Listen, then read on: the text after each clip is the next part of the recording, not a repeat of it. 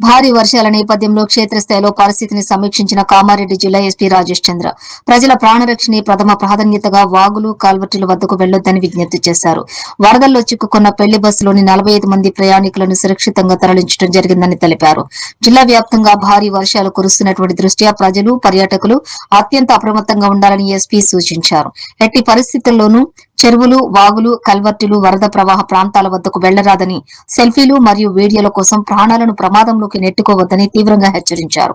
జిల్లా ఎస్పీ వెంట కామారెడ్డి డీఎస్పీ మధుసూదన్, కామారెడ్డి సీఐలు నరహరి, శ్రీధర్, ఎస్ఐలు రంజిత్, చంద్రశేఖర్ గౌడ్ పాల్గొన్నారు.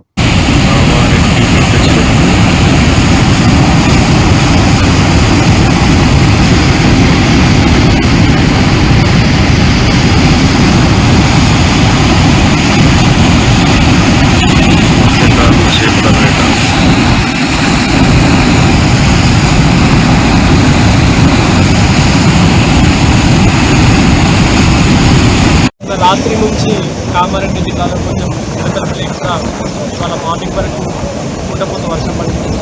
ఈ వర్షానికి సడన్గా కొన్ని ప్లేసెస్లో ఇంటర్నెట్ అవ్వడం, కొన్ని ఏరియాస్ అవ్వడం మన కామారెడ్డి జిల్లాలో సుమారు 16 ప్లేసెస్లో ఈ కాజ్వేస్ పై నుంచి బ్రిడ్జెస్ పై నుంచి వాటర్ వెళ్తుంది. అక్కడ పోలీసు వాళ్ళు తగిన బందోబస్తు ఏర్పాట్లు చేసుకోవడం జరిగింది. అక్కడ బ్యారికేడ్ పెట్టి ఎవరు కూడా ఆ వాగ్ కానీ వరద నీరు దాటుతుందని చూసుకుంటున్నాము. నిన్నటి రాత్రి ఒక పెళ్లి బస్సు మన కామారెడ్డి ఏరియాలో వాటర్లో వరదలో చిక్కుకుపోయింది. దాంట్లో మన ఆఫీసర్స్ స్విఫ్ట్ రెస్పాన్స్ తోటి వాళ్ళందరినీ కూడా రెస్క్యూ చేయడం, సుమారు 45 మందిని కూడా రెస్క్యూ చేయడం జరిగింది. ఇదే కాకుండా కొన్ని ఇళ్లలో కూడా మనకు వాటర్ లోపలికి వెళ్ళిపోవడము, వాళ్ళందరూ కూడా సేఫ్ ప్లేస్ కూడా నైట్ అంతా మన పోలీస్ ఆఫీసర్స్ కష్టపడి వాళ్ళందరూ కూడా షిఫ్ట్ చేయడం జరిగింది. సో వాళ్ళందరినీ కూడా డీజీ గారి తరఫున నా తరఫున కూడా ప్రత్యేకంగా అభినందిస్తున్నాను. అండ్ ప్రజలకు విజ్ఞప్తి ఏంటంటే, ఇప్పుడు మనం చూస్తున్న పెద్ద చెరువు కూడా చాలా ఎక్కువగా వరద నీళ్ళతోటి పాస్ అవుతూ ఉంది. ఇక్కడ కూడా ఈ వరద దాటిన ప్లేస్లలో పోయి ఫోటోలు దిగడం లాంటివి చేయకూడదు.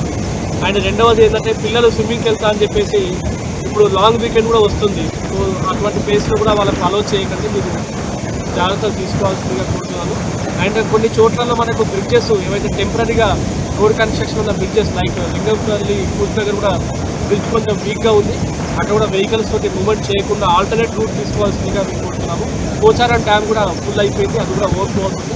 సో దానికి సంబంధించి కూడా పర్యాటకులకి అన్ని జాగ్రత్తలు తీసుకొని అక్కడ పోయి ఫోటోలు దిగే రీల్స్ చేసే ఉద్దేశంతో ఏమన్నా ప్రమాదాలు వస్తే మళ్ళీ మరణిస్తే చాలామంది లాస్ అవుతుంది. కాబట్టి అది కూడా జాగ్రత్తలు తీసుకోవాల్సిందిగా కోరుతున్నాము.